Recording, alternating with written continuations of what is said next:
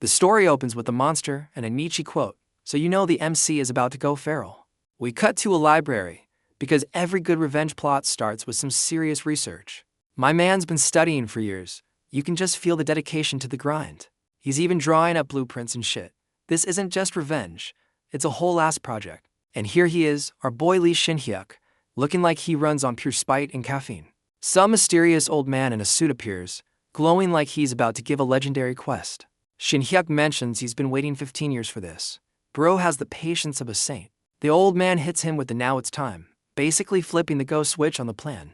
But Shin-hyuk is caught completely off guard. My dude, were you not ready for this? And suddenly he's having a full-on flashback. The PTSD just hit him like a truck. Shin-hyuk's hearing voices, looking like his trauma just got a brand new ringtone. The old man hits him with the "Do you hear that voice?" Like he's not the one talking. Shin-hyuk is still trying to place the voice, completely oblivious it's the dude right there.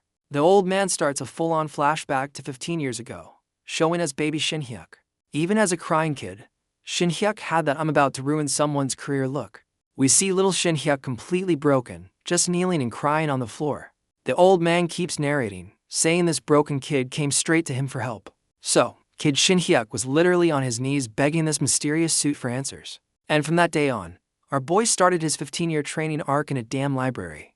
My man wasn't reading comics, he was studying criminology and physics to build his revenge resume. Shin-hyuk's been on this revenge grind for 15 years, and his eyes are screaming I haven't slept since 2008. Quest giver Gramps asks if he found his answers in the books. Bro, the answer he wants is spelled violence. Shin-hyuk is confused. Like he just spent 15 years studying for a test and the teacher changed the subject. The old man offers a handshake, basically saying you're hired for the revenge squad. Welcome aboard. My man Shin-hyuk just stares, probably running a cost-benefit analysis on selling his soul. And he takes the deal, the handshake that officially launches a 15-year-old grudge into action. Shin-hyuk's first thought is so warm, which is a weird thing to notice when you're starting a murder career. Gramps hits him with the "don't become the monster" speech. A little late for that, my dude. He tells Shin-hyuk to remember the warmth in his hands. This is some cryptic Force Ghost level advice. And with that, quest giver Gramps tells him to wake up, the tutorial is over. It's time to play the game. Shin-hyuk is completely baffled, like he just got told to wake up from a 15-year nap. Quest giver Gramps basically tells him to log off and touch grass to find the real answers. And just like that, Shin-hyuk is getting electroshocked back to reality while doctors panic. Some beat-up dude is telling him to open his eyes. Is this a vision of his future L? Our boy's eyes pop open, glowing red like he just activated his Sharingan. And boom, he's in a hospital bed surrounded by staff. The library was just a loading screen. Shin-hyuk is looking around like he just woke up from a wild bender with no memory. The cold sweat hits as he realizes none of that library grind might have been real. He checks out his arm, hooked up to N4. Yeah bro, you're not in Kansas anymore. He holds up his arm and realizes it's a kid's. The whole 15-year training arc was a mental download. Shin-hyuk catches his reflection in the monitor, and the reality check hits him like a freight train. My man's having a full-blown identity crisis, trying to process the sudden de-aging. He's trying to hold onto the memory of his 15-year grind with quest giver Gramps. Yeah bro, that whole training arc was real to you, but reality says otherwise. And there it is. The core memory that fuels this whole revenge plot just flashed before his eyes. He's questioning everything, wondering if his entire revenge plan was just a fever dream. Just as he's spiraling, the hospital staff rolls in to interrupt his existential dread. Hold up, is that quest giver Gramps in a doctor's coat? The plot just got spicy. His eye is still glowing. My boy is connecting the dots, and it's blowing his mind. Gramps is acting like a normal doctor while Shin-hyuk is trying to reboot his entire OS. Shin-hyuk cuts to the chase, asking how long he's been out. My boy's trying to get a timeline on his mental glow-up. Dr. Gramps and his nervous-looking intern just stare back at him. One of them knows everything. The other knows nothing. Quest giver Gramps casually drops that he's been in a coma for a month. A month. Bro downloaded a 15-year degree in 30 days. Shin-hyuk is already analyzing his own vitals. My man woke up from a coma, and his first thought is to play doctor. He's trying to figure out how to explain his sudden genius-level intellect without sounding completely insane. Dr. Gramps leans in, asking if he's into medicine. This old man is absolutely gaslighting him, and I'm here for it. Shin-hyuk sees his kid face in the monitor and realizes I learned it in a dream. Is not a valid excuse. He just decides to lie and says he's interested. When you can't explain the Matrix, Just pretend you like computers. Dr. Gramps is loving this, asking if he's curious about what happened while he was sleeping. The air quotes are deafening. Shin Hyuk just agrees, playing for D chess with the man who literally programmed his brain. This is gonna be good. Dr. Gramps is like, your case is so weird, acting like he wasn't the one who wrote the script for this whole coma episode. He starts explaining that Shin Hyuk's brain was basically running a training montage on repeat for the entire month. Gramps pulls out the brainwave data, starting with the first 10 days. My man's about to give a full PowerPoint on his own experiment. The intern is just there for moral support, looking at the charts like he's trying to read ancient runes. Gramps continues, explaining the next 10 days were all about beta waves. Bro is literally narrating Shin Hyuk's mental glow-up, and he finishes with a smug-ass grin, talking about the final 10 days. This man is enjoying his god complex way too much. Shin Hyuk asks him to translate the nerd speak. My boy wants the TL drive on how his brain got a PhD in 30 days. Gramps explains his brain literally went through childhood, adolescence, and adulthood in a month. He downloaded a whole life. Shin Hyuk's Sharingan activates again as the pieces click into place. Oh, this old man is a menace. We flash back to the library, with Shin Hyuk asking Gramps a question. My boy is connecting his dream memories to reality. Shin Hyuk is back in the dream library, confirming the 15-year sentence he just served in his own mind. Quest giver Gramps acts all nostalgic, like he wasn't the one who literally programmed the whole damn thing. Shin Hyuk finally gets it. The coma was a 15-year training montage on fast forward, not just some fever dream. Dr. Gramps has that unhinged my insane experiment actually worked look on his face. This dude is a menace. This man is having a full-on villain laugh in the hospital hallway, scaring the absolute shit out of the nurses. The poor intern tries to contain the mad scientist while Shin Hyuk just watches, probably questioning his life choices. Our boy is already out of bed and heading to the bathroom for the mandatory post-coma existential crisis. A dramatic shot of the sink, because you know some shit is about to go down when the MC stares at his reflection. Staring at his kid face reflection, Shin Hyuk finally remembers the one thing that was missing. Oh, it's on now. And there it is. He remembers how this whole mess started. The revenge plot just got its official prologue. The flashback kicks off on a cold, snowy night. You already know the vibes are gonna be immaculate levels of depressing. And we see baby Shin Hyuk, already bruised and sporting those I'm so done with this eyes. Some dude yanks him by the hoodie, already starting the day with a healthy dose of child abuse. Surprise, it's his own dad, drunk as a skunk and trying to drag him to a truck. This explains so much. The dad peels out in the snow like he's auditioning for Tokyo Drift, Hillbilly Edition. Shin Hyuk is rightfully terrified, begging him to slow down while his dad screams at him. Father of the year, folks. And the dad reveals his master plan, force his kid to frame someone for his mom's murder. This dude is pure evil. Shin Hyuk is just sitting there, processing the fact his dad is a whole-ass villain. My boy is just staring out the window, probably wishing he could just jump out and take his chances. Suddenly, Shin Hyuk spots something and screams, interrupting his dad's villain monologue. Oh, shit's about to get real. Some random dude is just standing in the road, ready to play chicken with a 2-ton truck. The dad is absolutely losing his shit, realizing he's about to get a front row seat to a car crash. The tires lose all traction on the ice, and you just know this is about to get ugly. And they're airborne. My man just launched his truck down a flight of stairs like a GTA stunt jump. The truck gets absolutely pancaked at the bottom. That's gonna need more than a little body work. The crash isn't even over as they slide into whatever's next on this disaster tour. The truck makes a very intimate connection with a utility pole. I don't think it was consensual. An overhead shot shows the truck is now just a modern art installation titled Tragic Mistake. Inside the cab, we've got shattered glass and a whole lot of blood. Yeah, nobody's walking away from that. And there's the dad, slumped over and looking like he just got permanently disconnected from the server. Shin Hyuk stares at his dad's corpse, finally processing that the piece of shit is actually gone. Back in the present, he connects the dots. His dad died, and then his 15-year coma training began. He's still questioning if his adult self and all that knowledge were just a fever dream. The identity crisis is real. My man looks in the mirror and just drops an "ah shit, so depressing, bro. You just woke up from a coma." He remembers the doctors mentioning his small amygdala and low heart rate. The medical debrief is coming back to him. Shin Hyuk's adult brain is already complaining about medical bills, thinking the hospital is just trying to scam him. He's on the phone ordering someone to come get him like he's a CEO, not a kid in a hospital gown. The key traits are laid out: small amygdala, low heart rate. Bro is literally built to be a psychopath. We flash back to the dream library as he remembers a specific lesson on the brain. Quest giver Gramps was literally teaching him about his own brain condition. This old man's plan has layers. Dream Shin Hyuk explains that his brain is basically wired to be an emotionless void. My man's got the psychopath starter pack. Quest giver Gramps continues the lecture, asking what happens when you add fearless to the mix. The answer is you get bored and start craving chaos. Bro is literally describing his own villain origin story. And Gramps just drops the M-bomb. The intense stimulation he was training him for was straight up murder. Back in the present, a bathroom stall opens. You just know some random NPC is about to interrupt the main quest. Shin Hyuk looks up, still processing that his mentor basically told him to choose violence. Some rando in a hospital gown and a cigarette walks out. Bro, you're in a hospital, not a dive bar. This dude recognizes Shin Hyuk, looking like he's just seen a ghost. This is getting interesting. Cigarette guy asked if he should be walking around. He's acting all friendly, which is a massive red flag. And he reveals their roommates with a creepy-ass smile. Oh great. His first friend is a potential psycho.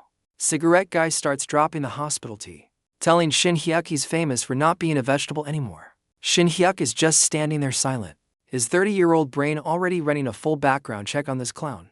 My boy immediately points out the dude's bandaged hand, skipping the small talk and going straight for the interrogation. Cigarette guy looks down, probably not expecting a literal child to start profiling him 5 seconds after meeting. You can see the gears turning as he tries to cook up a lie that doesn't sound completely insane.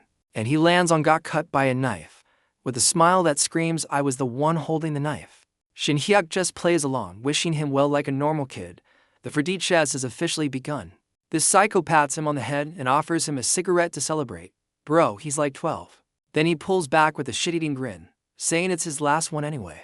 This dude is a walking red flag. And he flicks the cigarette butt at the wall, a perfect little preview of his garbage personality. The cigarette butt lands in the trash, right where this dude's entire personality belongs. Shin Hyuk's eyes are just glowing. My boy isn't scared, he's just adding another name to his list. Cigarette guy tells him to mind his business and walks off. Bro really tried to punk a kid with a PhD in violence. Shin Hyuk just watches him go, probably calculating the exact force needed to snap his neck. He's completely unfazed. The psycho roommate is already old news, my man's onto bigger things. And he's already at the nurse's station. No time for bathroom drama. The revenge plot waits for no one. The nurse looks up, completely unaware she's about to become an accessory to a revenge scheme. Shin Hyuk asks to borrow her phone, playing the innocent kid card like a damn pro. She hands it over, thinking he's just a sweet kid. Ma'am, you just armed a tiny super genius. And he's already on it. No hesitation. The real-world research phase has officially begun. Shin Hyuk's eye is glowing again. The psychoanalysis software is officially booting up. He's reading a news article about a recent stabbing. Oh, he's not just browsing, he's hunting. His Sharingan is fully activated. Bro is connecting the dots faster than a conspiracy theorist on Adderall. He's visualizing the crime scene. A woman walking alone in an alley. My man's got a whole crime documentary playing in his head. The victim looks back, sensing danger. Yeah. Shin Hyuk is replaying the whole damn thing frame by frame. He's analyzing the wound pattern from the article. Left-handed, specific stab path. The details matter. He connects cigarette guy's bullshit story to the murder 3 days ago. My boy's roommate is the prime suspect. Flashing back to his dream study, he's running the numbers. Bro just gave his roommate a 99% chance of being a murderer. He hands the phone back to the nurse, playing the sweet little kid. She has no idea she just helped profile a killer. Shin Hyuk walks off, wondering if his dream world knowledge will hold up. Bro, it's time for the final exam. My boy finds a payphone, because when you're about to snitch on a murderer, you go old school. He's ready to confirm that final 1% of doubt. Time to put the dream world degree to the test. Shin Hyuk pulls out the cigarette, but he bagged like a CSI pro. This kid is an absolute menace. He's at the payphone, but the butt suggests he's having a moment of, well, something devious. He picks up the phone, ready to drop a dime on his psycho roommate, and he's got a full-on villain grin, wondering why he's enjoying this so much. Bro, we know why. My man is on the line with the cops, looking like the Joker making a prank call. And we cut to the police station. The anonymous tip has officially entered the chat. A case file gets slammed down. Someone's about to have a very bad day, and it's not Shin Hyuk. Some washed-up detective is getting chewed out by his boss. Bro, you have no idea what's coming. The boss is absolutely flaming this detective who just looks dead inside. My man has zero fight left in him. He's waving the detective's performance record around, basically showing him his LS in paper form. The boss throws the papers at him, and the detective just takes it. Bro's getting verbally violated at work, and there's the ultimatum: fix your stats or you're fired. His job is officially on the line. The boss gives him the "I'm not fucking playing" stare. Yeah, this is his last chance. The detective just stands there by the blinds, soaking in the failure. The vibes are at an all-time low. He slumps into his chair, completely defeated. The sigh was so loud I felt it through the screen. My man is at his desk, having a full-blown existential crisis. This job is breaking him. Just as he's spiraling, the phone rings. It's the call from Shin Hyuk, and this dude has no idea. He's staring at the phone like it's the source of all his problems. Bro, that's your golden ticket calling. The washed-up detective picks up, sounding like he's one bad day away from quitting for good.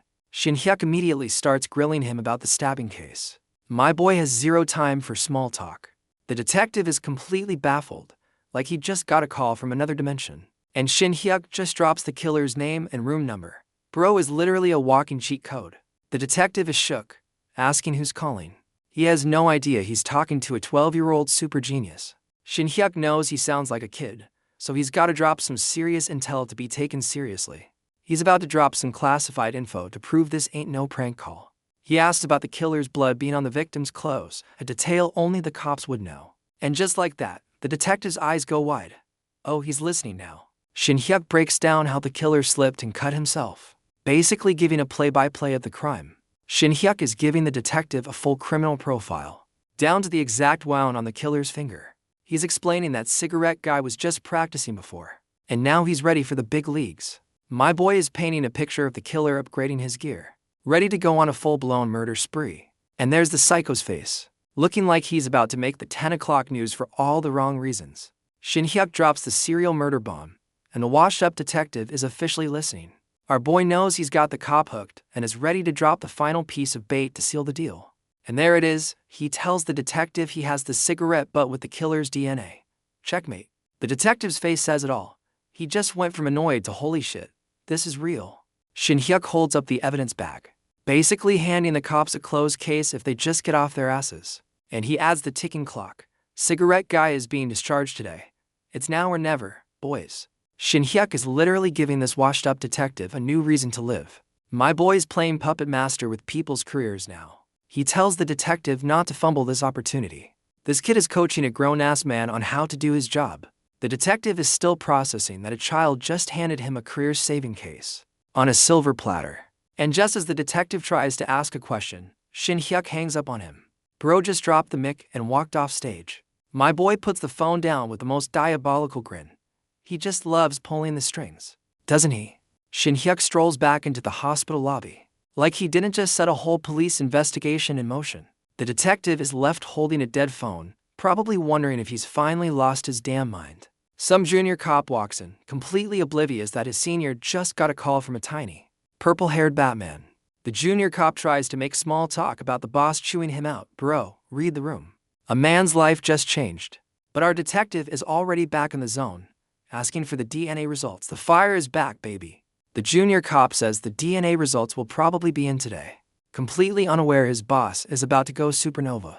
Detective Bro is deep in thought, realizing that Mystery Kid's call might be his one-way ticket out of mediocrity. And he's on his feet, telling the rookie to handle forensics while he goes on a field trip. The comeback tour has officially begun.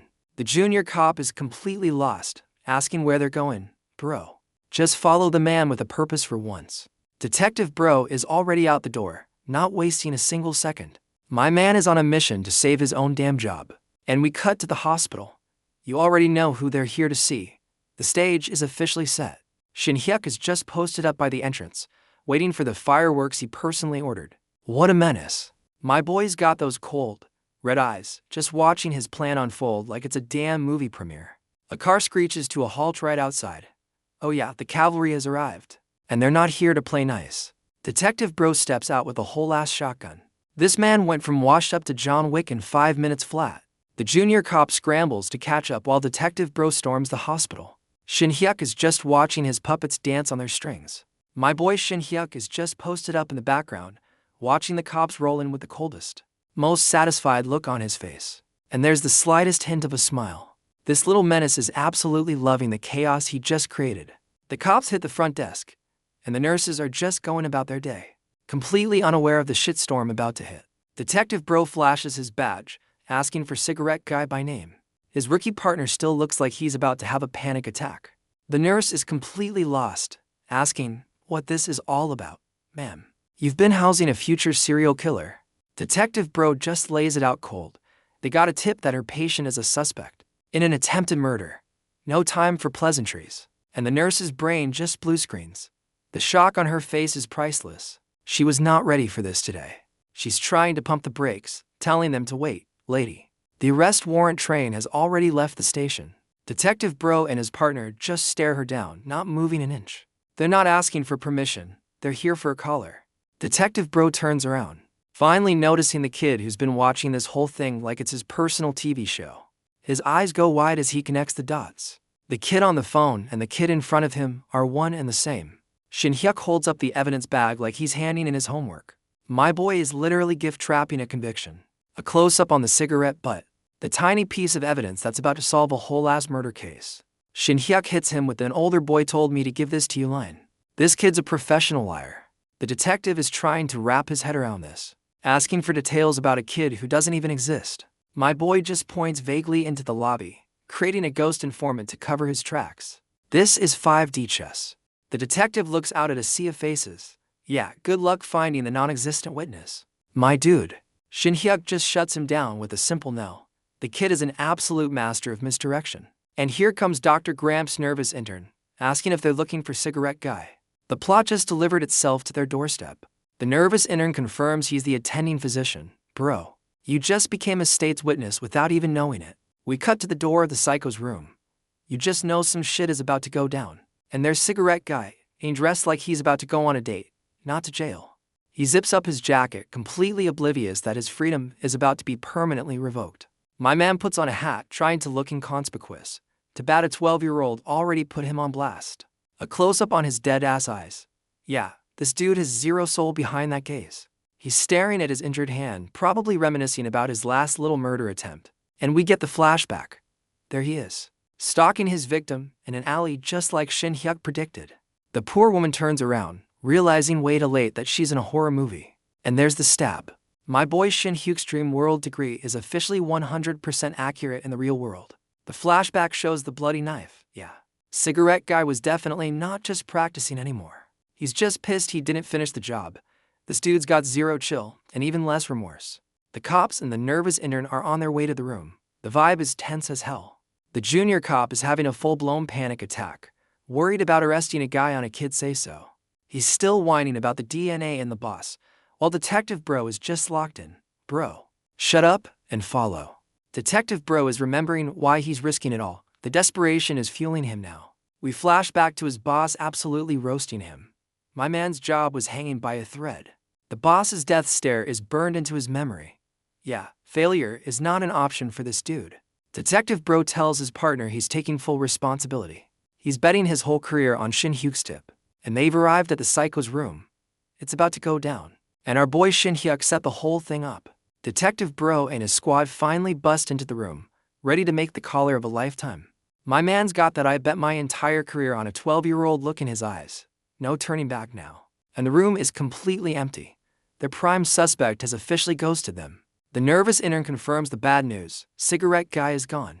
You can just feel the oh shit moment hitting everyone. Some old lady patient drops the bomb that he just dipped, claiming he was discharged. Bro didn't even wait for the paperwork. The detective and his rookie just stare at each other. Their career-saving arrest just walked out the front door. And Detective Bro is gone. My man just activated his afterburners. He is not letting this psycho get away. Meanwhile, Cigarette Guy is on the phone arranging his getaway ride. This dude is already planning his next move. He's confirming his ride, a white SUV. Bro's got a whole escape plan like he's in a heist movie. And he hangs up with that punchable ass grin, thinking he's in the clear. Little does he know, the cops are about to crash his party. Shin Hyuk calls out Cigarette Guy for trying to dine and dash on his hospital bill. My boy is the world's smallest repo man. The psycho stops, looking annoyed that someone is interrupting his grand escape plan. He turns around, ready to tell some random person to fuck off, with those dead, soulless eyes. And it's our boy Shin Hyuk, standing there in his hospital PJs like a tiny, purple-haired angel of death. Cigarette guy recognizes him, calling him the vegetative state. Bro, that vegetable just ruined your entire life. He tries to play it cool, asking what a kid is doing here. My dude, he's here to personally deliver your L. Shin Hyuk hits him with a creepy-ass smile, saying he was looking for him. Oh, he's not just stalling, he's savoring this. Cigarette guy is completely baffled, still not realizing he's talking to the final boss of the tutorial level. My boy is just enjoying the moment, about to drop a question that's gonna break this dude's brain. And he goes full psycho, asking him how it felt to stab that woman. Bro is not just stalling, he's conducting a field interview. Cigarette guy's face just glitches. The I'm a badass facade is cracking as he processes the question. He's finally realizing this ain't some random kid, calling out his eyes like he's just met a fellow demon. And just like that, the psycho is back, asking if Shin Hyuk wants a detailed report on attempted murder. Bro starts getting off on the memory, describing the stabbing like it's a 5-star meal. This dude is unhinged. He hits him with the don't get the wrong idea, like he's about to drop some profound edgy wisdom. But Shin Hyuk just verbally folds him, calling him a coward who got scared of a woman and ran into a car. And we get the instant replay. Cigarette guy panicking after the stab, just like our boy said. The psycho is literally sprinting away from the scene. So much for being a stone-cold killer. And there it is. My man gets absolutely trucked by a car while trying to escape. That's just embarrassing. Back in the present, Cigarette guy is clenching his fist, seeing that a kid just read his entire life's failures. Cigarette guy finally snaps and grabs Shin Hyuk. Bro, you just picked a fight with a child-sized supercomputer. And Shin Hyuk just hits him with the most unhinged grin. My boy is not locked in here with you. You're locked in here with him. The psycho is completely losing it because a 12-year-old is laughing in his face. His ego is more fragile than that hospital gown. He's about to slap the kid, talking about fear adults. My dude, you should be fearing the tiny purple-haired menace in front of you. Shin Hyuk's eye glows brighter. Oh, you done fucked up now. The Sharingan is fully loaded and ready to go. And just in the nick of time, a hand comes in for the block.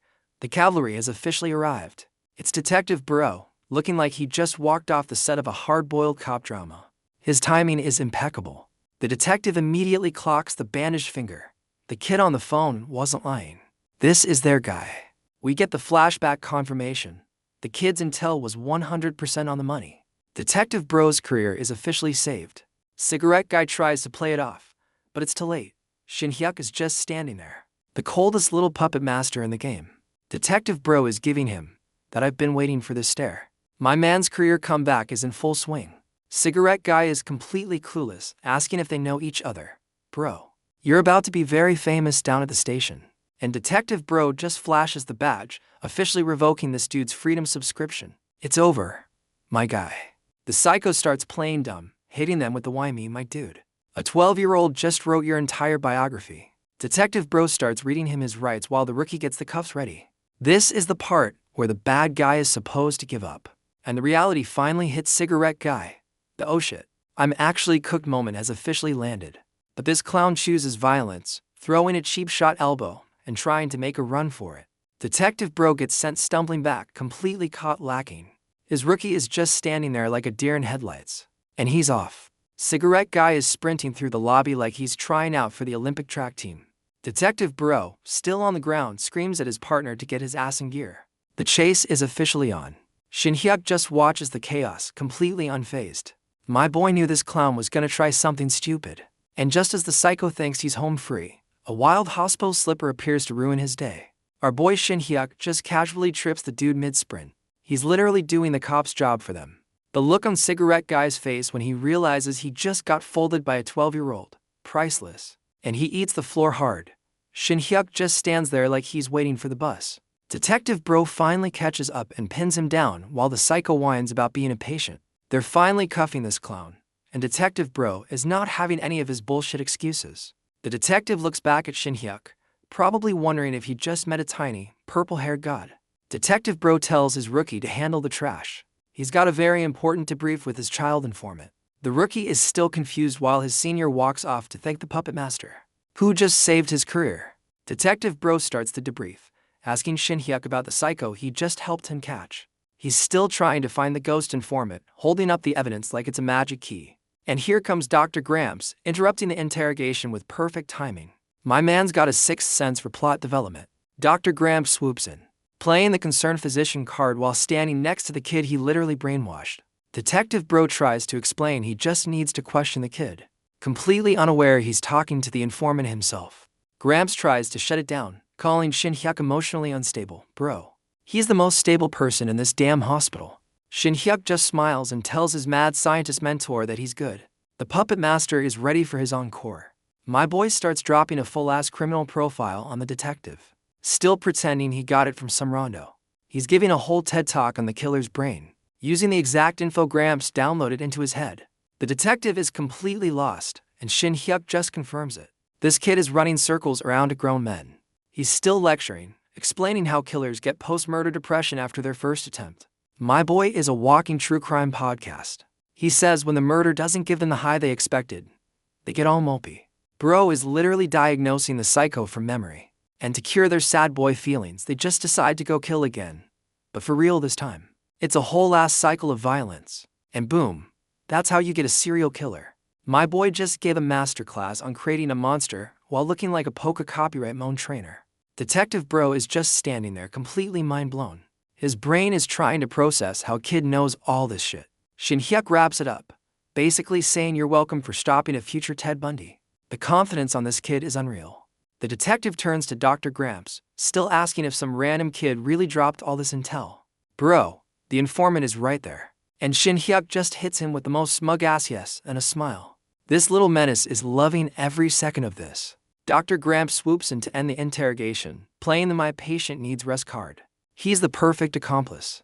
Gramps hands Shin Hyuk off to a nurse, shutting down the whole conversation. The puppet masters are officially off the clock. Detective Bro asks Dr. Gramps if Shin Hyuk's parents are cops, trying to figure out how this kid is a walking encyclopedia of crime. And Gramps just drops the he's an orphan bomb. So the kid's not just a genius. He's a tragic genius with a mysterious past. Dr. Gramps just bows and dips out, leaving the detective to stew in his own confusion. His job here is done. Detective Bro is still standing there, and you can see the doubt creeping in. He knows that some other kid told me story was pure bullshit.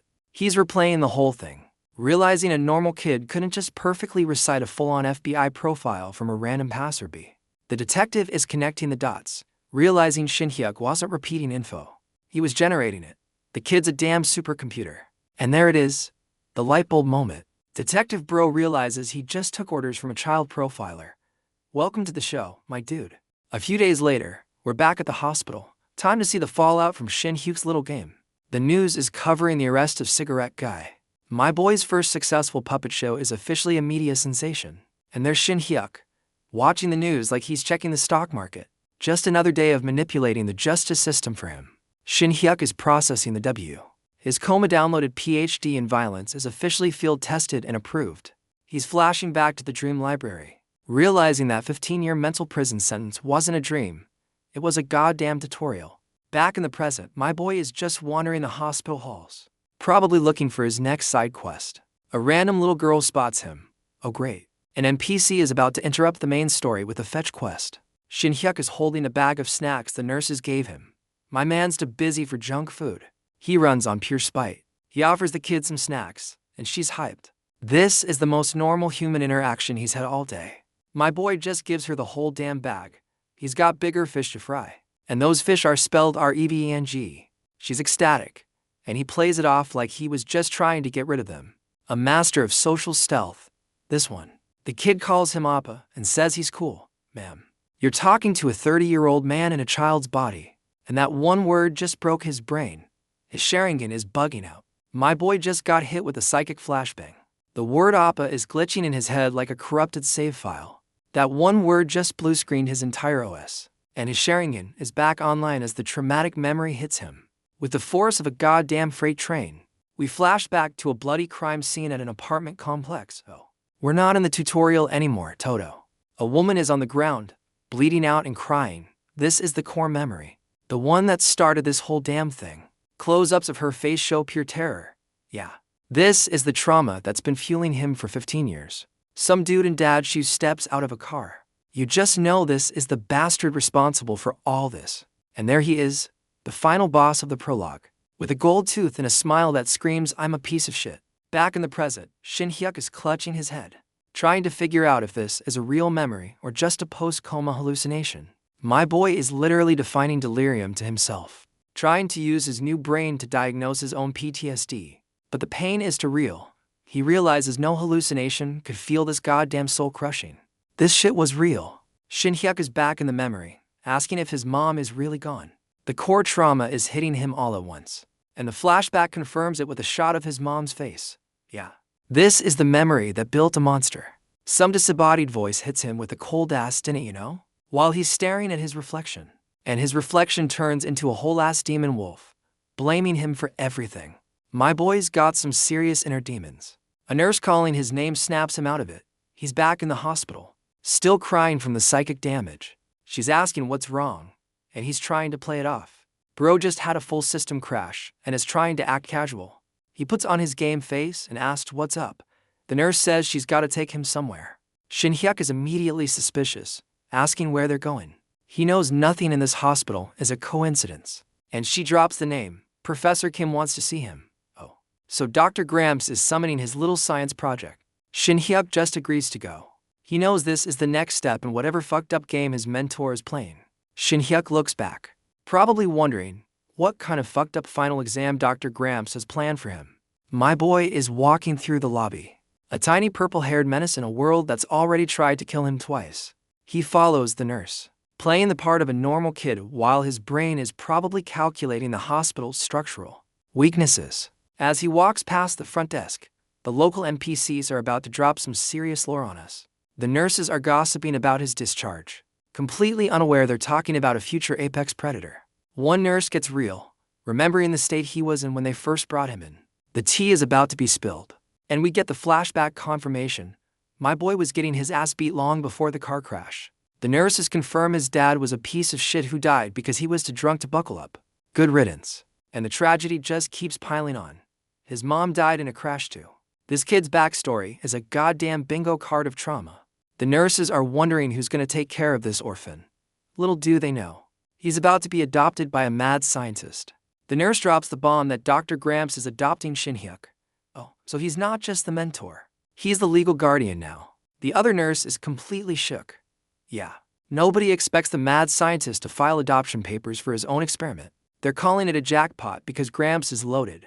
Bro, he's not getting a dad. He's getting a sponsor for his revenge tour.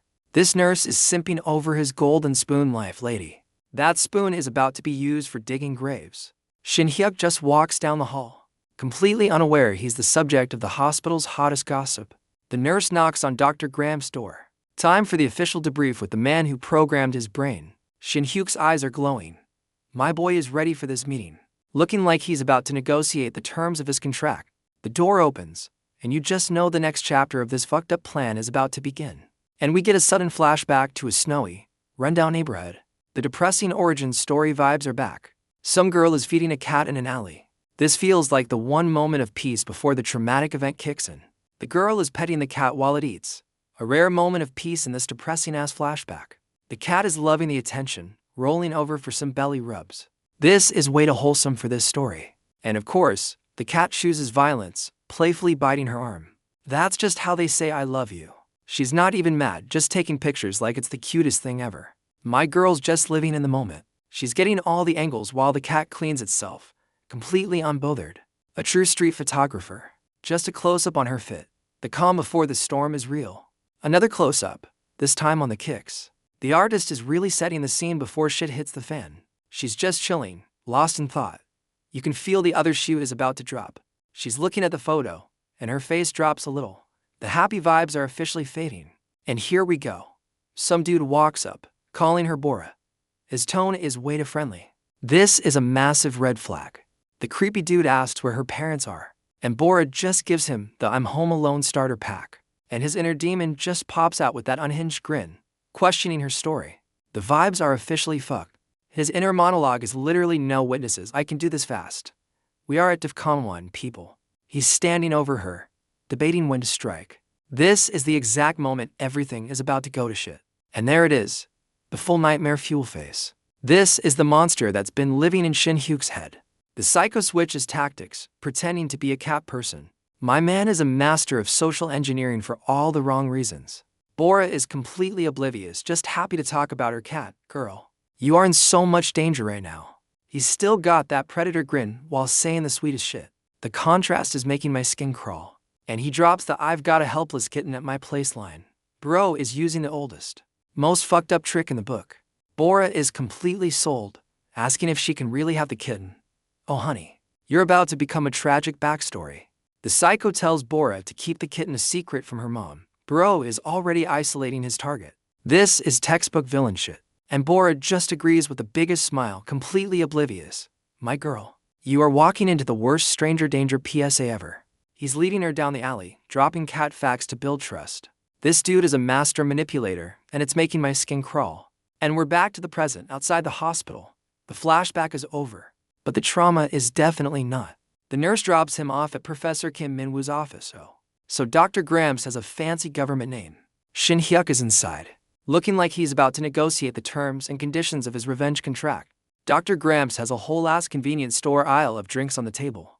My man is trying way too hard to play the cool dad. Gramps admits he just bought everything because he had no clue what a kid would like. The mad scientist is a social disaster. He asks how Shin Hyuk is doing, and our boy just hits him with a cold "I'm good. No time for feelings. We've got a revenge plot to fund." Gramps confirms he's getting discharged and asks about his future plans. Bro, you literally programmed his future plans. Stop playing dumb. Shin Hyuk just gives him that "I've already run the numbers on this, look. My boy is 5 steps ahead, as always." Dr. Gramps gets all serious, acting like this wasn't the plan from the moment he started the coma experiment. He's trying to sell the big house angle. Bro, Shin Hyuk doesn't care about a spare room. He needs a revenge budget. Shin Hyuk just stares, probably running a background check on the old man's entire family tree in his head. Gramps offers to fund his dreams. He has no idea that dream is a 5-star, all-inclusive revenge tour. My boy takes a dramatic pause, making the old man sweat. He knows he's got all the leverage here. His inner monologue calls it a good proposal. That CEO speak for this aligns with my hostile takeover plans. He's already thinking about the legal red tape. You can't run a revenge plot without a legal guardian. It's just smart business. He knows it's the logical move, but that, however, is hanging in the air. He's about to drop his terms and conditions. Dr. Gramps is clenching his fist, looking stressed. My man is nervous. His little science project is about to negotiate a better contract. Shin Hyuk's inner monologue flashes to some dude who looks like he just lost a fight with a wood chipper. This is the however. The bloody dude is dropping threats, basically promising a lifetime of looking over your shoulder. This is the villain's promise. Back in the present, Shin Hyuk is just sitting there completely silent. My boy's processing some dark-ass memories. He's trying to rationalize it as a post-coma brain fart, a simple hallucination. His brain is literally giving him the dictionary definition, but he's questioning if it's a real memory. And hold up. Is that Dr. Gramps pushing the bloody dude's wheelchair? The plot thickens. Dr. Gramps snaps him out of it, asking for an answer. Bro, give the kid a second. He's processing your shady-ass past. Gramps is still trying to sell the let's be partners angle, but Shin Hyuk cuts him off. The negotiation has begun. My boy hits him with the "I have a request." He's not accepting a handout. He's making a business proposal. Gramps is but plays it cool, telling him to ask for anything. He has no idea he's about to get played, and Shin Hyuk just asks him to be his legal guardian. He took the old man's offer and served it back to him on his own terms. Absolute power move. Dr. Gramps is completely short-circuiting. My boy just flipped the script, and the old man's brain can't compute. Shin Hyuk butters him up with the "I'm so grateful" speech before dropping the biggest butt in history. He calls his revenge plot unsolved homework. Bro, that's the coldest euphemism for vengeance I've ever heard. And Gramps is just sitting there like homework. This old man is playing checkers while my boy is playing for D-chess. Shin Hyuk drops the bomb that his parents' deaths weren't accidents. The revenge plot just got its official mission statement. And just like that, Dr. Gramps is officially shook. He's realizing his little science project has its own side quest. Gramps is trying to play dumb, but Shin Hyuk is just letting him marinate in the new terms and conditions. My boy lays it out. He'll keep the partnership, but he's not moving in. The puppet is setting his own damn strings now. The Sharingan is fully activated. This isn't a request. It's a business negotiation, and my boy holds all the cards. He flashes that memory of bloody face and Gramps, basically saying, "I'll bring this heat to your door if you push it." The bloody face memory hits again, with the dude basically admitting he's a piece of shit. This is the homework my boy was talking about. Dr. Gramps is just staring, completely flabbergasted. His science project just unionized and demanded better working conditions. and Shin Hyuk hits him with a full-ass formal bow. My boy is playing the respect card to seal this fucked up business deal. His inner monologue is pure CEO shit. Adoption is a liability, but a guardian is a necessary asset for his revenge corporation. Gramps is just sitting there, his brain buffering as he tries to process the 4D chess this kid is playing. The old man's thinking, what 12-year-old talks like this, bro? You literally programmed him to be a super genius. He calls out Shin Hyuk's name, and you can tell the old man is at a crossroads with his own experiment. Gramps tries to pull the responsible adult card, saying he can't just let him live alone. A for effort, my dude. But he immediately folds, admitting Shin Hyuk isn't normal and decides to trust him. He's officially enabling the revenge plot. And there it is, he agrees to be the legal guardian. The revenge tour just got its first official sponsor. Shin Hyuk hits him with a thank you, and adds his own condition to the deal. My boy is negotiating his own adoption contract. The Sharingan is glowing. You know whatever he's about to say is gonna be some next-level manipulation. But Gramps hits him with a counter-offer, pulling out a damn flip phone from the Stone Age. The condition is a daily check-in. Bro wants a daily progress report on his little revenge-fueled science project. Gramps is acting all sentimental, saying it was a discharge gift. Yeah, a gift with a built-in tracking device, my dude. He tells Shin Hyuk to check the back. Oh, the starter pack for his revenge tour is about to be revealed. And there it is, a credit card taped to the back. The revenge plot just got its first round of venture capital funding. Shin Hyuk is a little shook. He was expecting a fight, not a blank check for his vengeance quest. Gramps gets all fatherly, grabbing his shoulder. He's trying to act like a dad, not a mad scientist with a new pet project. He drops the whole rely on me speech. Bro, you're literally funding a child's mission to go hunt down murderers. Gramps frames the blank check as a debt to keep tabs on his pet project. My man's a master manipulator. Shin Hyuk accepts the terms, promising to pay it back. Bro, you're gonna pay it back in body counts. The old man offers a handshake to seal their unholy alliance. The deal with the devil is about to be official. Shin Hyuk hesitates for a sec, probably running a cost-benefit analysis on making physical contact. And the contract is sealed. The revenge tour officially has its first and only corporate sponsor. Dr. Gramps is over here getting sentimental about a handshake. Bro, you literally programmed this kid. Stop acting surprised. And Shin Hyuk is shook. My boy is emotionless, so has just encountered a feeling it can't process. We flash back to the dream library, where quest giver Gramps made the exact same offer. It was all part of the plan. Even in the dream world, the handshake felt real. This old man has been playing the long game from day one. And there's the full picture. This whole partnership was the final lesson in his 15-year coma tutorial. Shin Hyuk's Sharingan is still processing the terms and conditions of his new life. The deal is done. Gramps hits him with the don't skip meals dad talk. Bro, you just funded a revenge quest, not a school lunch program. And we're out of the hospital and into some depressing-ass neighborhood. The revenge tour is officially on the road. My boy's first stop is a bus terminal. No limo service for the newly adopted child assassin. I guess. A bus pulls up, and you just know this is the start of a whole new arc of bullshit. Shin Hyuk is posted up at the bus stop with his goodie bag. Officially a free agent in the world of vengeance. He's just staring at the snacks, probably calculating the nutritional value versus the emotional baggage they represent. He flashes back to the nurses celebrating his discharge. They're all smiles. But my boy knows they're just glad to be rid of him. His first thought as a free man, I need an espresso. Bro's 30-year-old brain is already demanding caffeine. Someone shouts Bora, and my boy's head snaps up. Oh shit, the plot is not waiting around, is it? Some lady is on the phone having a full-blown panic attack, screaming the name Bora. She's so freaked out she can barely get the name out. The vibes are officially terrible. And she recognizes Shin Hyuk, calling him out by name. My boy just confirms. Still holding his snack bag, she grabs him, asking if he's seen her daughter. Ma'am, this kid just got out of a 15-year nap. Shin Hyuk repeats the name Bora, and you can see the gears turning. The traumatic flashback is loading, and his Sharingan just goes into overdrive. Oh yeah, that memory wasn't a dream. It was a goddamn prequel. We flash back to someone offering him a meal, a rare moment of kindness in his fucked up childhood. It's a younger, bruised up Shin Hyuk. This is before the coma, when his dad was using him as a punching bag. And it's Bora and her mom feeding him, talking shit about his garbage father. They were his only allies. Bora's just looking at him with pity. She was the one good thing in his life before it all went to shit. The flashback continues with Bora putting food on his rice. She was literally feeding him when no one else would. She's telling him to eat up. looking at his busted-up face with pure kindness. This is hitting different. And little Shin Hyuk is just blushing, not used to anyone giving a single shit about him. My boy's heart just did a thing. That's the smile he remembers, the one good memory in a sea of absolute garbage. And we snap back to the present, with Bora's mom grabbing him, asking if he's seen her.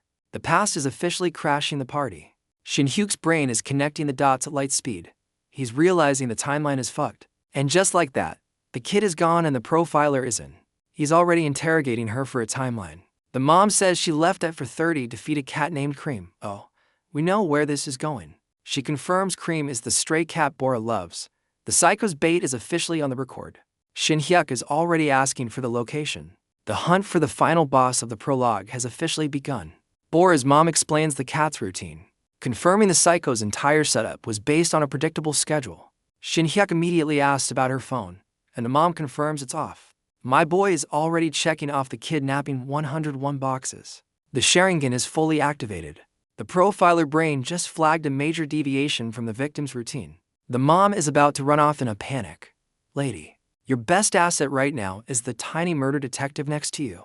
And Shin Hyuk just grabs her. No time for panic. We're moving on to the crisis management phase of the operation. He's got her full attention now. The 12-year-old is officially taking charge of this missing person case. My boy tells her to report it to the cops first. He's not playing around. This is a time-sensitive mission now. She's completely stunned, like the thought of calling the police hadn't even crossed her mind yet. Shin Hyuk lays out the evidence. She's an hour late and her phone is off. This ain't a game, ma'am. The mom is still hesitating, worried about overreacting. Bro, a kid is missing. This is the time to overreact. Shin Hyuk drops a cold-ass statistic about murder probability like he's reading a weather report. My boy is not here to play. And Bora's mom just blue screens. She was not ready for this tiny child to start quoting FBI statistics at her. My boy lays out the plan like a damn field commander. No time for feelings, ma'am. We have a mission to complete. She's fumbling with her phone, still trying to process that a 12-year-old just became the lead detective on her daughter's case. And she finally makes the call to 112. The operation, led by a child with a snack bag, has officially begun. The mom is just screaming into the phone, pure panic mode activated. You can feel the desperation. And the cop on the other end looks like he just got a call about a cat stuck in a tree. Bro, you have no idea. He's asking the basic questions while the mom is giving him the key and tell. The clock is ticking. My dude. The cop immediately goes for the "did you check with your friends" line. Bro, did you not hear the part about the phone being off? He's telling her to calm down and wait, while Shin Hyuk is just standing there listening to this masterclass in incompetence. Shin Hyuk is just listening to this cop's bullshit, and his face says it all. Guess I have to do everything myself. Bora's mom is losing her mind, and rightfully so. The cops are telling her to chill while her 9-year-old is missing. My boy pulls out the burner phone Dr. Gramps gave him. The first daily check-in is about to be a crisis call. He's already dialing. No hesitation, no second thoughts. My man is about to call in his first favor from the new sponsor. And Dr. Gramps picks up, all cheerful like his science project is calling to say hi.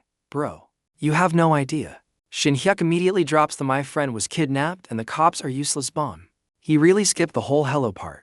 Dr. Gramps is completely stunned. His brain just went from wholesome dad moment to international incident. My boy asks for help, but that look in his eye says, "You're my legal guardian. Now act like it." His inner monologue is already mapping out Gramps' connections. He's not asking for help. He's deploying his assets. Shin Hyuk just says, "I understand," basically telling the old man, "I've done my part. Now get your people on it." Dr. Gramps is on the phone, asking for the address. The fun dad act is gone. My man is all business now. Shin Hyuk is holding the burner, his brain already running 1,000 different scenarios a second. His inner monologue is already dismissing the bullshit excuses like a dead battery or a friend's house. He's locking in on the key detail. Bora's routine was predictable as hell, making her an easy target. My boy knows a kid who loves taking pics isn't leaving the house with 10% battery. That theory is officially cooked. He's already mapped the neighborhood's weaknesses, no cameras, plenty of places to get snatched. And there's the conclusion. This wasn't a coincidence, it was a crime scene waiting to happen. My boy is scanning the whole damn neighborhood like a T-800, looking for the exact spot. The Sharingan is glowing. Oh yeah, he's found the kill zone. The hunt is officially on. He tells the mom he's checking the house and just dips. No time for questions. A child-sized detective is on the case. Shin Hyuk is sprinting, and his brain is just locked on Bora. The mission is officially personal now. We flash back to Bora finding a young, beat-up Shin Hyuk. She was the only one who ever checked on him. She's asking why he skipped school, trying to be a good friend. My boy is in full-on emo mode. He slaps her hand away, telling her to dip. Bro's too proud to admit his dad uses him as a speed bag. Bora finally gets a good look at his face and sees he's all busted up. The leave me alone act is officially cooked, and just as he's about to storm off, his stomach starts playing the song of its people. My boy is clutching his stomach, trying to act like he's not starving. The struggle is real. But Bora ain't letting him go that easy. She grabs his hoodie, not taking no for an answer.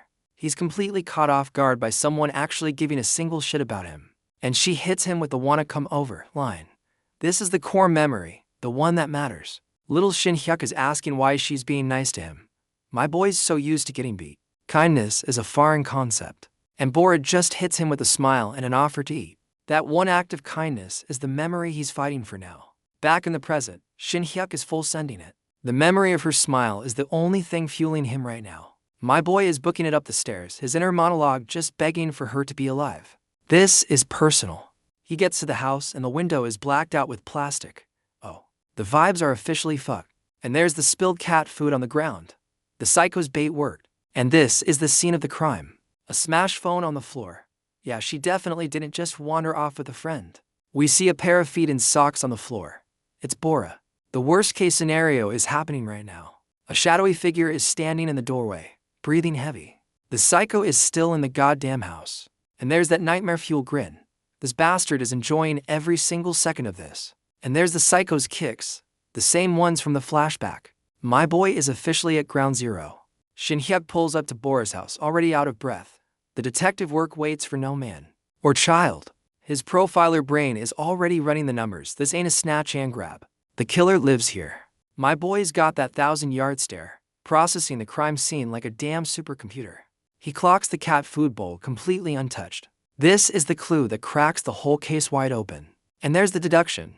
She wasn't dragged away. She walked right into the trap with someone she knew. It was an acquaintance. The flashback confirms it. The psycho from his memory is the one who took her. My boy is building a full-ass FBI profile, single, lives alone, probably a jobless loser. He's not wrong. He's running through the local database in his head, looking for a match to his perfect psycho profile. And the Sharingan just hit the jackpot. Oh yeah, he knows exactly who the bastard is. And the flashback hits with a flying bottle of soju. You already know where this is going. The bottle connects with little Shin Hyuk's head. Yeah, his dad was a real piece of work. And there's the bastard himself, drunk off his ass and yelling at his kid for coming home. He's screaming at a literal child to go hunt down his mom's killer. Bro is weaponizing his son's grief. And little Shin Hyuk just takes it, promising to go look again. My boy's been on a mission since day one. The dad just goes back to drinking, calling his own kid useless. This dude is a walking L. Just a close-up of this degenerate in his natural habitat. What a winner. And he immediately gets his karma, drinking from his own ashtray bottle. You love to see it. Back in the present, my boy is processing the trauma. The origin story is officially loading. And there it is, his shitbag dad forced him to learn the whole neighborhood, accidentally creating a profiler. My boy is activating his trauma-fueled supercomputer, forcing himself to remember every detail. He's running the psycho checklist, single, day laborer, and can't pull adult women. Bro's building a Tinder profile from hell. His brain narrows it down to 2 local losers who fit the profile. The process of elimination is on. And he locks onto the prime suspect, Oh Juntai, the one who lives closest. The psycho from the flashback officially has a name. And he's gone. No time for warrants when your only friend is in the hands of a certified creep. The mental file on this clown is already open. 35, lives alone, drinks too much, textbook loser. And the memory hits. He's seen this dude drinking with his own shitbag dad. Of course they're friends. My man is putting those new kicks to work. The revenge tour is officially a track meet. He pulls up to the psycho's front door. The final boss of the prologue is just on the other side. No hesitation. My boy is about to walk right into the lion's den. This is not a rescue mission. It's a home invasion. Shin Hyuk gets to the psycho's door and it's locked. Bro, you really think a deadbolt is gonna stop a child profiler? The Sharingan is glowing with pure, unadulterated rage. My boy is about to kick this door off its hinges. We cut inside to a blacked out window. Oh yeah, This dude has a whole ass murder room ready to go. The spilled cat food is on the floor. This is the exact spot where the psycho's fucked up trap was sprung. And there's the smashed phone. So much for the cops, maybe she's at a friend's house bullshit theory. And there's Bora on the floor. Fuck, my boy was too late to stop the initial attack. The psycho is still in the room, breathing like a damn monster. This bastard is savoring every second of this. And there's that punchable ass grin. This dude is getting off on this. What a complete piece of shit. He's rubbing his hands together like a cartoon villain. Bro, you are the textbook definition of a creep. But he hears something, and his eyes bug out. Oh yeah, the main character just arrived at your front door, asshole. The psycho is completely confused, wondering who the hell is interrupting his big villain moment. My boy's inner monologue confirms he's just trolling this dude, deliberately pissing him off to ruin his power trip. Shin Hyuk is just banging on the door, calling him Mr. like he's a lost kid looking for his mom. The plan is simple: act like a dumb kid to lower his guard and make him sloppy. This is psychological warfare 101. And the psycho is officially triggered, cussing out whoever is ruining his vibe. Bro, you have no idea. And there's that tiny, smug-ass smile. My boy is absolutely loving the fact that this clown is falling for it. He drops his name, and the psycho recognizes him as the punching bags kid, even threatening him with a beating. Shin Hyuk just keeps hammering on the door, demanding he come out. The persistence is part of the trap, and the psycho finally snaps, telling him to stay right there. The bait has officially been taken. The Sharingan is glowing. The trap is set, and the monster is about to walk right into it. My boy's profiler brain is already picking up the tells. This dude's body language is screaming, "I've got a hostage." And the final boss of the prologue appears, looking like he's about to eat a small child for breakfast. He hits him with the "Fear your elders" line. Bro, you're talking to a 30-year-old man in a kid's body. My boy's not just guessing. He's about to run a live psychological experiment on this clown's doorstep. And he drops the bait, playing the innocent friend just looking for his playmate. The performance is flawless. The psycho's brain just blue-screened. He was ready for a fight, not a goddamn interrogation from a 12-year-old. And the sweat starts pouring. This dude's poker face is absolute garbage. He's already folding. His eyes are screaming, "Oh shit, oh shit, oh shit." Yeah. My boy just confirmed his suspect with one question. He tries to play it off, but he's yelling too much. Guilty people always overcompensate.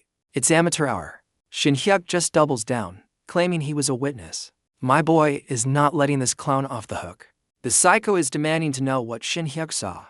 Bro, you're asking the wrong questions to the wrong kid. Shin Hyuk's Sharingan is at 100%.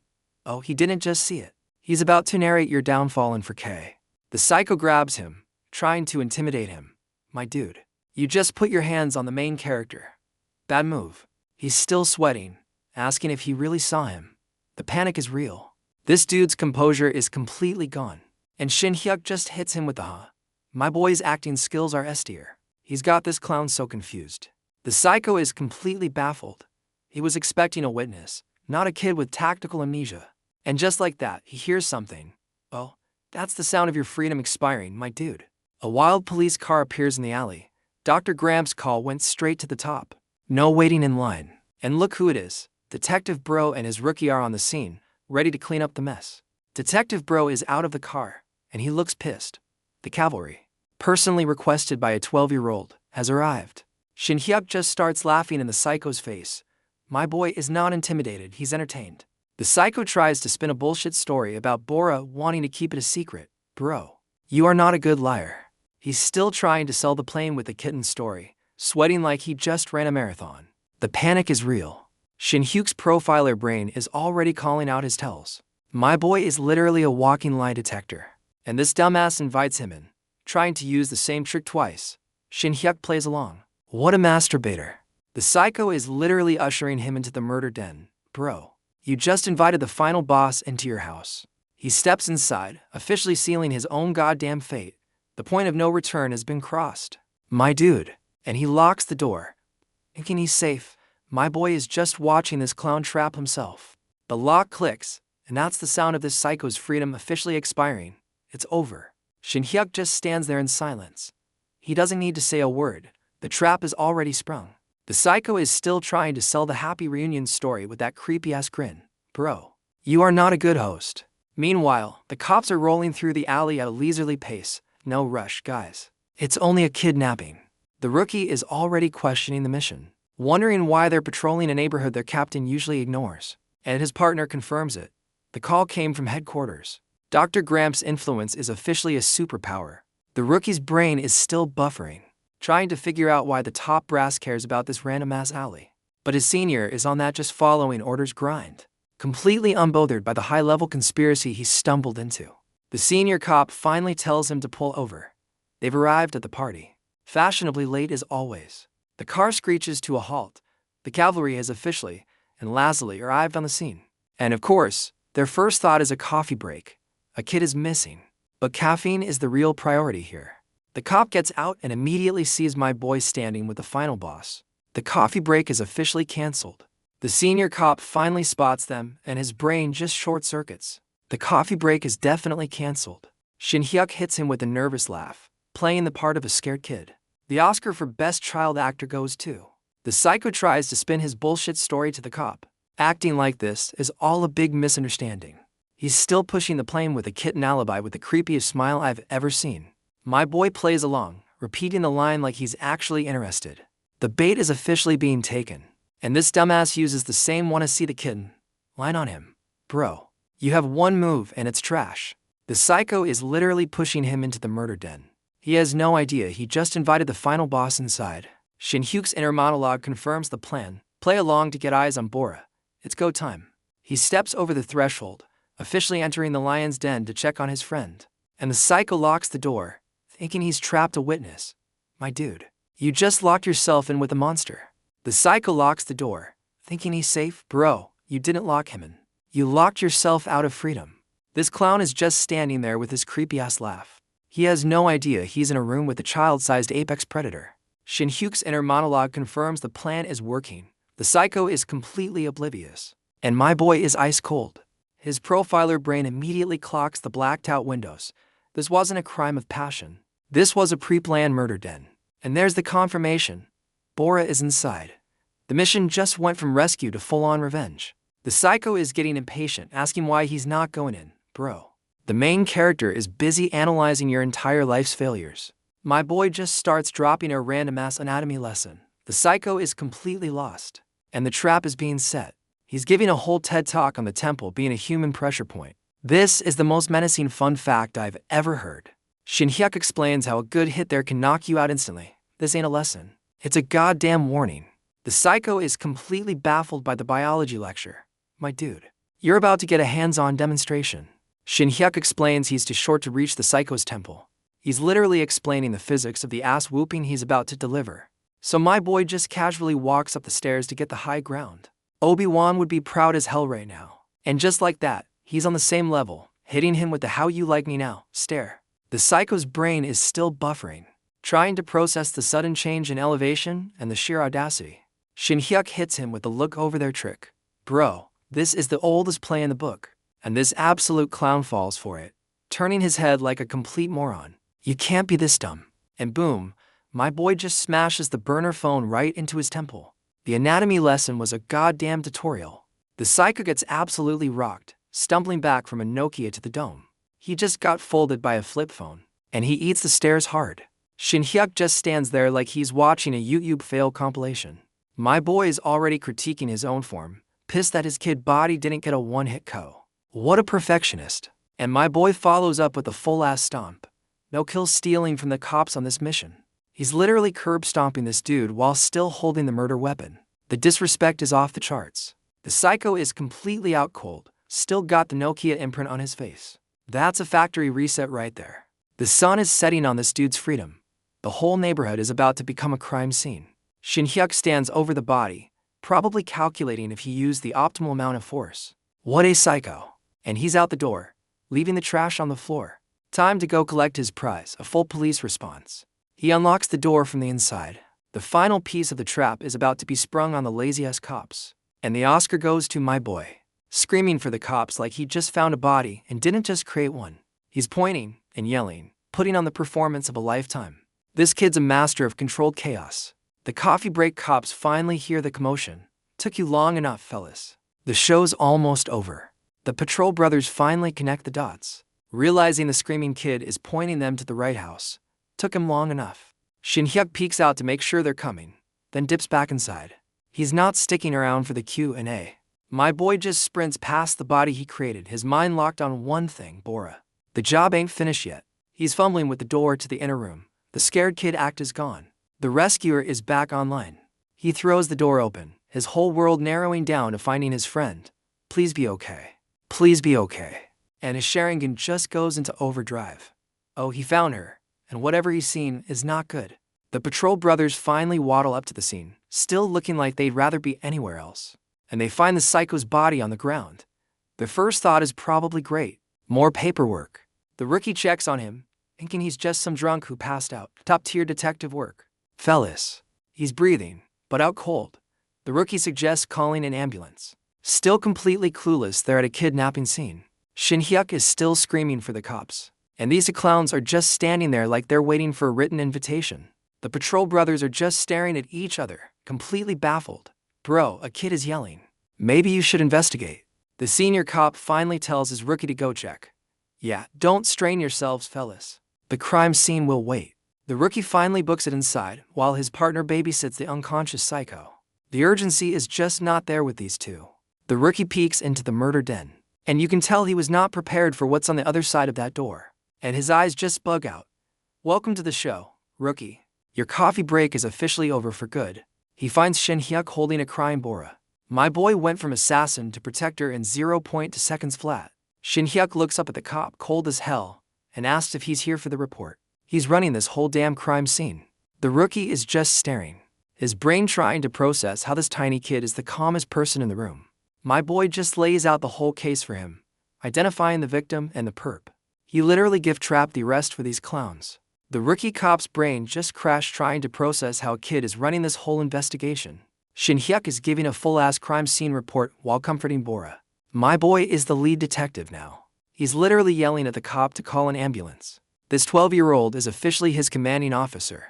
Meanwhile, the senior cop is still outside, poking the unconscious psycho like he's a passed-out drunk. He's trying to wake him up politely. Bro, this ain't a noise complaint. It's a kidnapping scene. And the psycho's eyes pop open. The final boss is rebooting from that flip phone-induced system failure. But before he can even get up, a wild foot appears to send him back to the loading screen. The cop is still asking if he's conscious. My dude. He's about to be unconscious again in 3-1. And the senior cop finally recognizes the local piece of shit.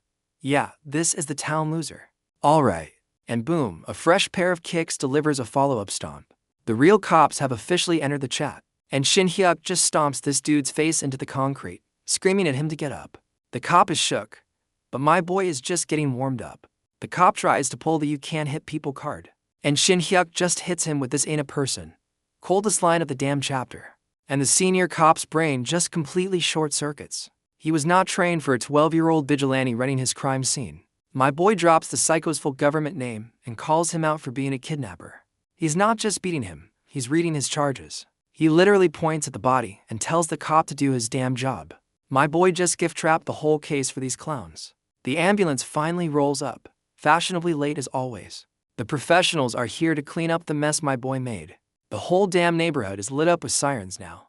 The party has officially started, and Shin Hyuk is the guest of honor. My boy is just standing there, mission accomplished, while the forensics team gets to work. Just another Tuesday for him. Bora's mom is having a full-on breakdown. The reality of what almost happened is finally hitting her hard. And there's Bora, safe but completely traumatized. My boy saved her. But the scars from this are gonna last a long time. Bora and her mom are having their big emotional reunion. The side quest is officially complete. Shin Hyuk just watches, completely dead inside.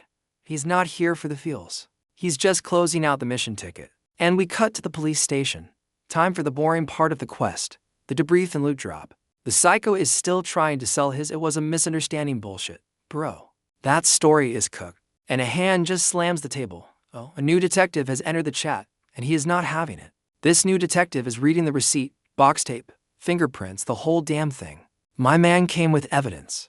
He's getting right in the psycho's face, telling him to confess. This ain't the coffee break crew. This is the real deal. The psycho's brain finally connects the dots on witness testimony. Yeah. That little kid played you like a fiddle. He's flashing back to getting his lights turned out by a flip phone. The humiliation is finally setting in. And he's clutching his shirt, having a full-blown panic attack. Welcome to rock bottom. You piece of shit. The new detective is calling out the psycho's bullshit story. Yeah. Nobody's buying that a flip phone did all that damage. This detective is getting personal, calling him a bug for touching kids. Oh. He's not here to play good cop. He's demanding to know what the psycho was planning, threatening to treat him like the trash he is. And the psycho just folds completely, stammering like a broken NPC. My man is cooked. Meanwhile, the coffee break cops are gossiping about how their senior has been on a warpath lately. The rookie is wondering how someone can change so fast. Bro, maybe he just started giving a shit about his job, and his partner is just happy they're not getting any of the heat. These two are allergic to responsibility. We cut to the hospital at night. The action is over. Now it's time for the emotional debrief. Bora's mom is thanking Shin-hyuk, but my boy just deflects, giving all the credit to Bora for being tough. He's telling her to forget it all like a bad dream. My boy went from vigilante to therapist in 5 minutes flat. Bora's mom is getting all sentimental, saying his mom would be proud. Lady, he just curb-stomped a dude with a flip phone. Shin-hyuk just gives her the 1,000-yard stare. My boy's emotion. X has not been installed yet. She drops a new name, Haijin, asking how she's doing. Oh, a new side quest just appeared, and that name just hit him like a truck. My boy's brain is trying to find that file, and it's corrupted as hell. The Sharingan just went into critical error mode. That name was a goddamn system override command.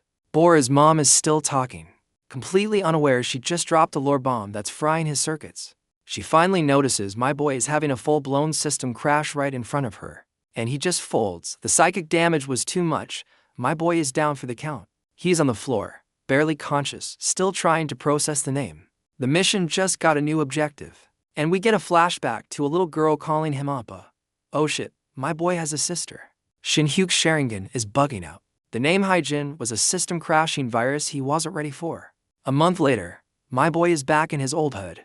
The revenge tour is officially starting from ground zero. He's standing in front of the house where it all went down. Time to dig up some old ghost, I guess. And of course, he's already got a tail. Some dude in a beanie is watching him from the shadows. Beanie Bro is giving him the "I'm definitely not a government agent" stare. The subtlety is just not there. He's already on the phone, reporting back to base. My boy can't even visit his trauma home in peace. The text calls him a package. Oh, so we're not a person anymore. We're a high-value asset. Beanie Bro gets his new orders. He looks like he's about to follow my boy to the ends of the earth. The reply mentions Vulture and Overload. We're officially in the secret agent arc of this bullshit. He puts the phone away, mission accepted. The surveillance on my boy just got a whole lot more serious. Beanie Bro is still on the clock, looking like he's about to drop the coldest mixtape of the year. Shin-hyuk hits the doorbell to his old house. Time to face the final boss of his origin story, his own trauma. The light flickers on. Oh, you just know this place is haunted by the ghost of shitty parenting. My boy is standing in the doorway of his old crib, and it's a certified dump. The nostalgia is not hitting. He's just staring, his brain probably running a full scan of all the traumatic memories stored in the shithole. The floor is just a sea of empty bottles and broken dreams. Yeah, his dad was a real stand-up guy. This place looks like a frat house after a week-long bender. This is the environment that created a super genius. He steps inside, crunching over the debris of his past. My boy is literally walking through his own personal hell. Shin-hyuk is just standing in the middle of the wreckage. He's not here for a trip down memory lane. He's here for intel. And the memory of Bora's mom asking about Haijin hits him again. The side quest just became the main plot. The flashback continues, with Bora's mom casually mentioning a sister he hasn't seen since the accident. Shin-hyuk's brain just blue screens. The name Haijin is a file his supercomputer can't find, and his Sharingan just goes into full-blown critical error. That name was a goddamn kill switch. Bora's mom is still just chatting, completely unaware she just DDoS'd my boy's entire operating system. And he just folds. My boy's supercomputer brain just got hit with a virus it can't quarantine. He's on the floor, barely conscious, still trying to process the name that just crashed his whole system. And we get a memory fragment of a little girl calling him Appa. Oh shit. The plot just dropped a sibling DLC. Back in the present, his inner monologue is running diagnostics. He had a sister, but the memory was completely wiped. He's trying to write it off as post-coma amnesia. Bro, you're a super genius. You know it's not that simple, but as good as telling him something is fucked up. The memory wasn't lost. It feels like it was deleted. His inner monologue says thinking about his sister doesn't make him nostalgic. It makes him scared. That's a red flag the size of a damn planet. The Sharingan is bugging out. My boy's supercomputer brain is hitting a firewall it can't bypass. And it's triggering a fear response. He's literally calling this memory Pandora's box. Whatever is locked away with his sister is some next level fucked up shit. Back in the present, he's just standing in the wreckage of his old room, trying to force the memory to load. He spots a science encyclopedia on a desk. Oh, a clue has appeared in the middle of this shithole. My boy picks up the book, and you can tell this just unlocked a whole new memory file. The plot is thickening, and we flash back to a bookstore. The book was the key to unlocking this specific memory. A younger, happier Shin Hyuk is asking if he can really pick any book he wants. A rare moment of actual childhood. And there's his mom, with little Hyejin on her back. This is the first full memory of his family being whole. His mom is promising to buy him all the books he wants. This happy memory was the one they buried his sister in. Cold. Little Shin Hyuk is all smiles, ready to pick a book with his mom and sister. A rare moment of a normal childhood. My boy is already running a cost-benefit analysis on the entire children's section. And the light bulb goes off. He's found the most efficient way to absorb knowledge. He found it. The science encyclopedia, the origin story of his big brain energy. His mom asks why he wants that one, and my boy is about to drop some 200 IQ logic on her. He explains it's like 100 books in one. Bro was min-maxing his reading list as a kid, and he hits her with it saves you money line. This kid was a financial advisor at age 8. His mom is just looking at him, realizing she gave birth to a tiny, wholesome supercomputer. And there's that smile, the one genuine, happy smile before his life became a revenge plot. Back in the present, he's holding the book, remembering it was the first gift from his mom. Damn. The feels. The memory continues. His mom leaves a note on the table. This is the moment it all went to shit. Little Shin Hyuk is just trying to read his new book when he spots the note. The piece was short-lived. His Sharingan activates. Even as a kid, he knew something was fucked up about this. He picks up the note, and you can already see the confusion on his face. The plot is about to drop. And there's the bomb. Mom dipped with his sister and left him behind. Coldest be right back in history. He recognizes the handwriting, but his kid brain can't process why his mom would just abandon him. But wait, his profiler instincts are already kicking in. He spots something on the back of a note. My boy holds it up to the light, knowing there's a hidden message. He's been a detective since day one. And there it is, run away from dad. The whole story just got flipped on its head. And we cut to a soju bottle, the official mascot of his shitbag father. Yeah, we know who she was running from. And his shitbag dad just kicks a soju bottle. The official sound of his childhood has entered the chat. Little Shin Hyuk is still trying to process the note, asking why his mom would just abandon him like that. And his dad just appears behind him, asking why his own son killed him.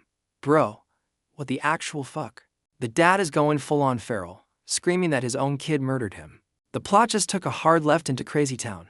Little Shin Hyuk is completely shook, like father. Did you drink the wrong bottle of crazy juice today?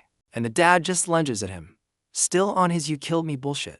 This is a whole new level of gaslighting. My boy is trying to ask what the hell he's talking about, but the dude is not listening to reason. The Sharingan is already online, trying to process this absolute mindfuck of a situation. And we cut to him just surviving, eating dry ramen out of the bag like a damn gremlin. This was his life now. He's hiding in a corner, just trying to eat in peace. This is the origin story of his dead-ass emotions. And shitbag dad finds him, drunk as always, pissed that his kid is trying to not starve to death. He immediately kicks the food out of his hands. Bro, this is the origin story of his dead-ass soul. My boy is on the floor, his one meal for the day scattered everywhere. This is just a regular Tuesday for him. The dad just stands over him, taking a swig. Not a single ounce of humanity in this dude's body. He's asking about some dude named Choi Seung-man. Oh, so he was using his kid as a lookout, too. Little Shin Hyuk just reports that the guy isn't home. He's literally a child soldier in his dad's bullshit war. And the dad just smashes the bottle next to his head for giving him the wrong answer. This is pure nightmare fuel. He's screaming at a literal child for not being a better spy. Bro, you are the worst person alive. And he just starts kicking the shit out of him. The Father of the Year award is not going to this clown. My boy is just curled up on the floor, surrounded by broken glass and wasted food. This is the hell he survived. Shitbag dad is all flushed and out of breath, deciding his current level of abuse isn't sufficient for the evening. He yanks little Shin Hyuk up, telling him to get ready for a field trip. My boy is not amused. We get a nice, depressing shot of a snowy street, the perfect weather for a traumatic childhood memory. The dad drags him to a truck, and my boy tries to be the responsible adult. The dad is not having it. He shoves Shin Hyuk into the truck, telling him to shut up. Yeah, don't drink and drive is a foreign concept to this clown. My boy is just sitting in the truck, watching his dad walk around. The resignation on his face is heartbreaking. He buckles up, even while being kidnapped by his own father. Safety first, I guess. And he's still clutching a busted-ass ramen packet. That was his dinner, man. The dad gets in, and the silence is deafening. My boy is just staring at his stolen meal, and the Sharingan is glowing with pure, unadulterated hatred. This is the moment a monster was made. The seatbelt buckle is glowing red. Oh, we're in the foreshadowing part of the traumatic memory now. Shitbag dad slams the door, drunk off his ass and ready to make some more terrible life choices. My boy is just sitting there, taking it all in. The silence in this truck is louder than any argument. The dad is driving with pure rage on his face. This ain't a road trip, it's a hostage situation. And he's reaching for the seatbelt buckle, still got the stolen ramen packet tucked in there. The disrespect is layered. He unbuckles his seatbelt. Oh, this dude isn't just a bad driver. He's actively trying to get unalived. Shin Hyuk's Sharingan is just recording this whole master class in self-destructs. The hate is palpable. The seatbelt is officially off. This clown is driving drunk in the snow with no seatbelt. What a trifecta of stupid. And he floors it, peeling out like he's in a Fast and Furious movie for deadbeat dads. My boy tries to be the only adult in the car, but his dad just screams at him. This is the moment it all goes to shit. Shitbag dad lays out the mission, go to the cops and frames some dude for mom's murder.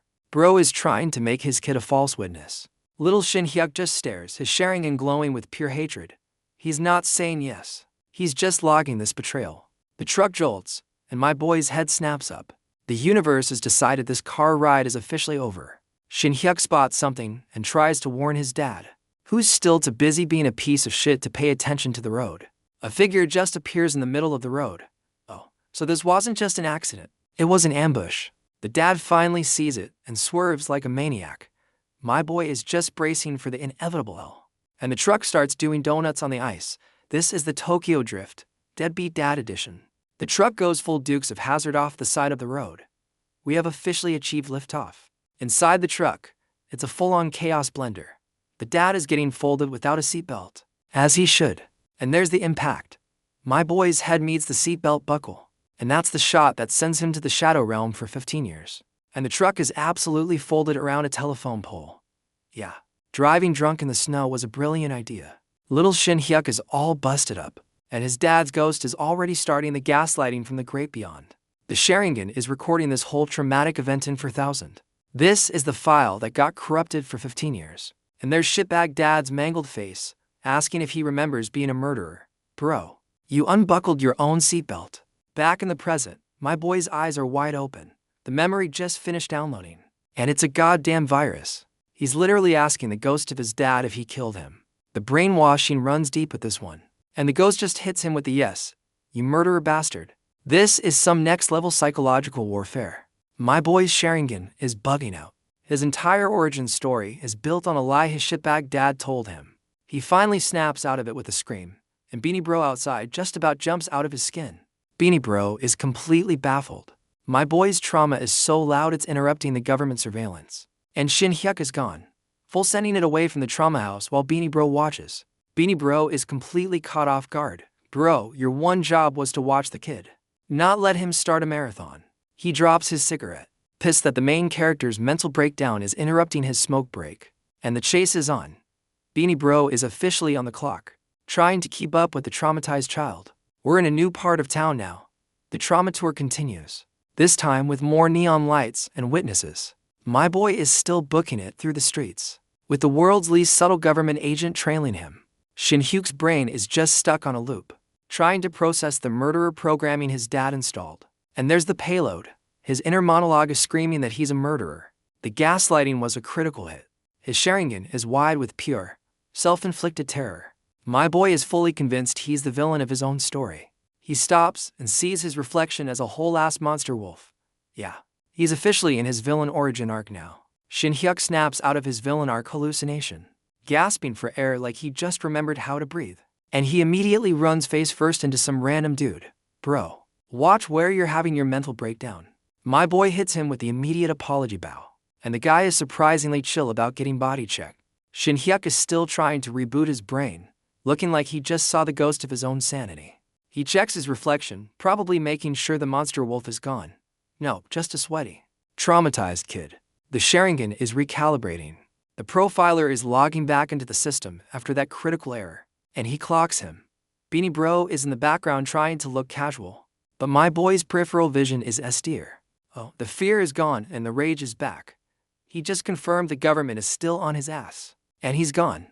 My boy just hit the turbo button, leaving his government-issued babysitter in the dust. Beanie Bro looks up from his phone, completely lost. Bro, your one job was to watch the package, and you got played. My boy is booking it down an alley, using the terrain like a damn parkour expert. The chase is on.